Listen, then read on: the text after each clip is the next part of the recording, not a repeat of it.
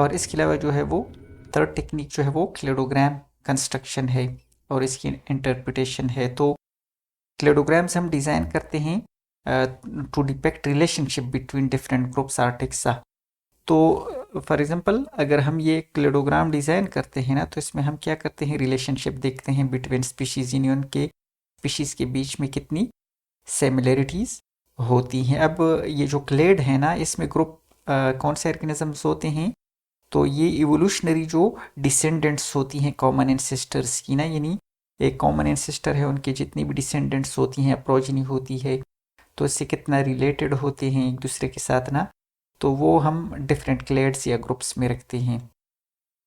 तो इसके लिए जो है हम इस रिलेशनशिप को वो डिपेक्ट करने के लिए क्लेडोग्राम कंस्ट्रक्ट करते हैं जो हमें इवोल्यूशनरी हिस्ट्री शो करते हैं उसकी ना। तो इस वजह से इसको हम फेलोजेनीज या ट्रीज भी कहते हैं और ये इवोल्यूशनरी रिलेशनशिप होता है। तो ये जो बैक्टीरिया या जो माइक्रोब्स के दरमियान शेयर्ड कैरेक्टरिस्टिक्स होती हैं, तो ये उसको शो करता है हमारे पास। और ये क्या होती है, ग्राफिकल रिप्रेजेंटेशन या क्लस्टर एनालिसिस भी हम इनको कहते हैं। तो इस तरह इसमें क्या होता है, basically arrange pairs in order of descending similarity value. ये इधर देखें हम, तो ये इनका परसेंटेज सिमिलरिटी है। तो परसेंटेज सिमिलरिटी अगर फॉर एग्जाम्पल बहुत ही ज़्यादा सिमिलर है, तो इधर फॉर एग्जाम्पल इनकी 100% सिमिलरिटी होती है। अगर जितना हम नीचे आते हैं तो ये परसेंट सिमिलरिटी डिक्रीज होती जाती है। और अगर ये जो हॉरिजॉन्टल लाइंस हैं ना, बेसिकली ये रिफ्लेक्ट करते हैं, horizontal line reflect percent similarity. अब नीचे जितना हम आएंगे तो परसेंट सिमिलरिटी स्पीशीज के बीच में क्या होगी, डिक्रीज होगी। और जितना आगे आएंगे ऊपर तक 100% तक, तो परसेंटेज सिमिलरिटी डिक्रीज होती जाएगी। और इसमें जो है फिर नोड्स होते हैं। नोड्स बेसिकली ये जहाँ से ये ब्रांचेस निकलती हैं, तो इस पे जो है वो ये नोड कहलाता है ना। इधर एक इंसिस्टर मौजूद होता है। तो अब ये दो स्पीशीज़ हैं 1 और 2, इसके बीच में ये नोड है ना। तो मीन्स कि इधर ये दो स्पीशीज़ जो हैं, ये जो लाइन आ रहा है ना हॉरिजॉन्टल लाइन, तो ये जो है इधर तक ये सेम स्पीशी था। फिर इधर जो है ये क्या हुआ, इसमें चेंजेस आ गई थोड़ी बहुत और ये एक दूसरे से डाइवर्ज हो गई। तो ये जो है नोड कहलाता है जहाँ पे एक कॉमन एंसेस्टर बैठा होता है। ठीक है, तो nodes represent a point and below which the characteristics are indistinguishables ना, यानी ये स्पीशीज आपस में फिर जो है क्या होती हैं, बहुत ज़्यादा सिमिलर होती हैं ना, एक क्लेड की या एक ब्रांच की। तो ये भी एक डायग्राम है, क्लेडोग्राम है। अब ये देखें, ये जो ए है ना, ये exclusive history of A show करता है, और ये दूसरा लाइन जो है बी का, ये एक्सक्लूसिव हिस्ट्री ऑफ बी को शो करता है। लेकिन इसके नीचे ये जो येलो लाइन है, ये shared in history of A and B को शो करता है। ये ना ए एंड बी जो है, इधर जो है कि एंसेस्टर मौजूद है जहाँ से ये दो ब्रांचेस इमर्ज हुई हैं ना। तो ये फिर क्या कहलाते हैं, डिफरेंट क्लेड्स कहलाते हैं। और इधर जो है इनका कॉमन एंसेस्टर, हर नोड पे कॉमन एंसेस्टर मौजूद होता है। अच्छा, इसके अलावा हम ऑर्गेनिजम्स को जो है 16s राइबोसोमल आरएनए सीक्वेंसिंग के थ्रू भी आइडेंटिफाई कर देते हैं।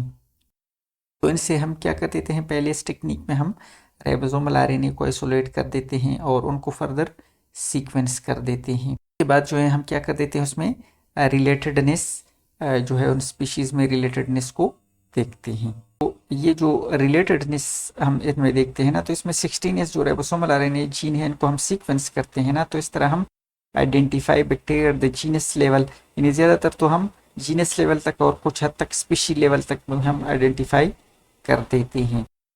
तो इस तरह हम क्लोजली रिलेटेड बैक्टीरिया को आइडेंटिफाई कर देते हैं।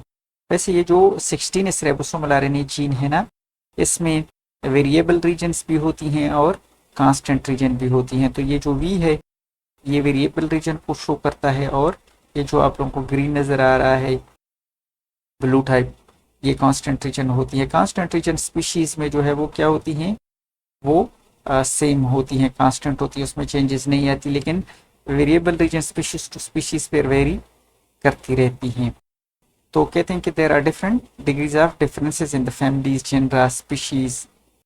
तो इसको फिर हम क्या कर देते हैं 16s राइबोसोमल आरएनए के थ्रू हम क्या कर देते हैं, इसको as a marker for bacterial classification के तौर पे इसको हम यूज करते हैं, ठीक है।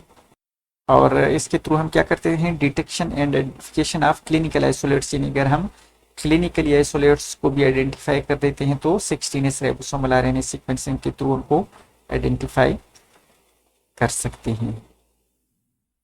और ये अगर हम बैक्टीरिया, आर्किया और यूकेरिया को देखें तो उसमें ये इनकी 16 जो बैक्टीरिया और आर्किया है उसमें 16s राइबोसोमल आरएनए है, और यूकेरिया में फिर हम 18s राइबोसोमल आरएनए को देखते हैं ना। तो अगर इनमें जो डिफरेंसेस हैं तो वो क्लियर कट हमें नज़र आ सकते हैं ना।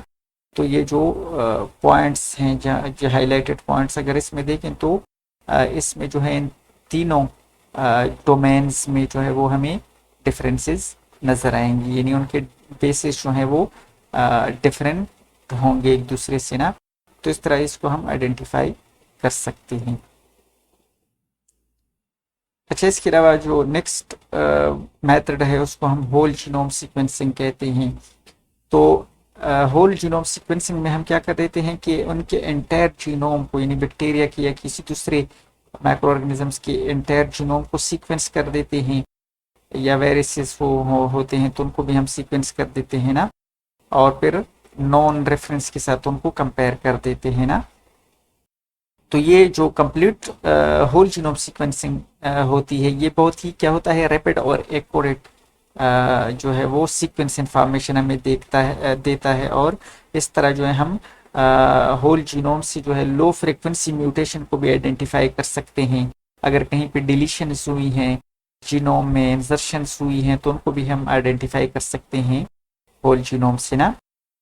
तो इसके थ्रू जो है हम क्या कर सकते हैं discovering other genetic changes among microbial strains ना, यानी अब स्ट्रेन स्पीशीज और स्ट्रेन लेवल पर तक हम होल जीनोम के थ्रू आइडेंटिफाई कर सकते हैं। और इनका जो मेजर एडवांटेज है वो क्या है, the taxa can be more accurately defined at species level, यानी हम इजीली जो है उसको मोर एक्यूरेटली स्पीशीज लेवल पे डिफाइन कर सकते हैं, उनमें स्ट्रेन्स आइडेंटिफाई कर सकते हैं होल जीनोम सीक्वेंसिंग के थ्रू। और इसका जो है लास्ट जो टेक्निक है या जो टूल है वो बायोइन्फॉर्मेटिक्स है। बायोइन्फॉर्मेटिक्स बहुत ही इमर्जिंग एक टेक्निक है जो जिसमें कंप्यूटर से जो है हम एनालिसिस करते हैं, यानी मासिव डेटा जो हमारे पास सीक्वेंसिंग डेटा होता है उसको हम बायोइन्फॉर्मेटिक्स के थ्रू या कंप्यूटर्स को यूज़ करते हैं उसको इनकी एनालिसिस करते हैं। और इनके लिए जो टेक्निक्स यूज़ होती हैं वो काफ़ी ज़्यादा है, लेकिन मेनली जो है ब्लास्ट यानी basic local alignment, search tool और क्लस्टर डब्ल्यू एनालिसिस, इसके थ्रू जो है हम इसकी फाइलोजेनेटिक ट्रीज जो है वो बनाते हैं। तो इस तरह जो है हम जो ऑलरेडी हमारे पास नॉन सीक्वेंसेस होती हैं वो जीन बैंक में जमा होती है, तो उसके साथ हम अपने सीक्वेंसेस को कंपेयर करते हैं कि कितनी सिमिलरिटी इनमें पाई जाती है। तो ये सीक्वेंसेस जो है पहले फिल्टर्ड होती हैं, स्टोर इन न्यू डेटाबेस, और इस तरह जो है इसके थ्रू हम बैक्टीरिया को आइडेंटिफाई कर देते हैं।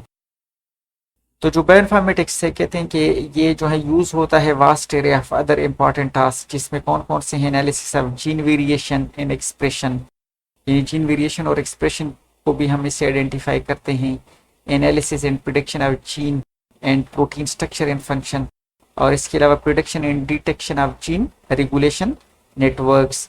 तो चूंकि ये बहुत ही एडवांस टेक्निक्स होती हैं बायोइन्फॉर्मेटिक्स की, और इसके थ्रू जो है हम कंप्यूटर प्रोग्रामिंग्स को यूज़ करते हुए हम माइक्रोब्स को आइडेंटिफाई करते हैं। तो ये जो है मॉडर्न और बहुत ही लेटेस्ट टेक्निक्स हैं बायोइन्फॉर्मेटिक्स की। Okay, thank you so much.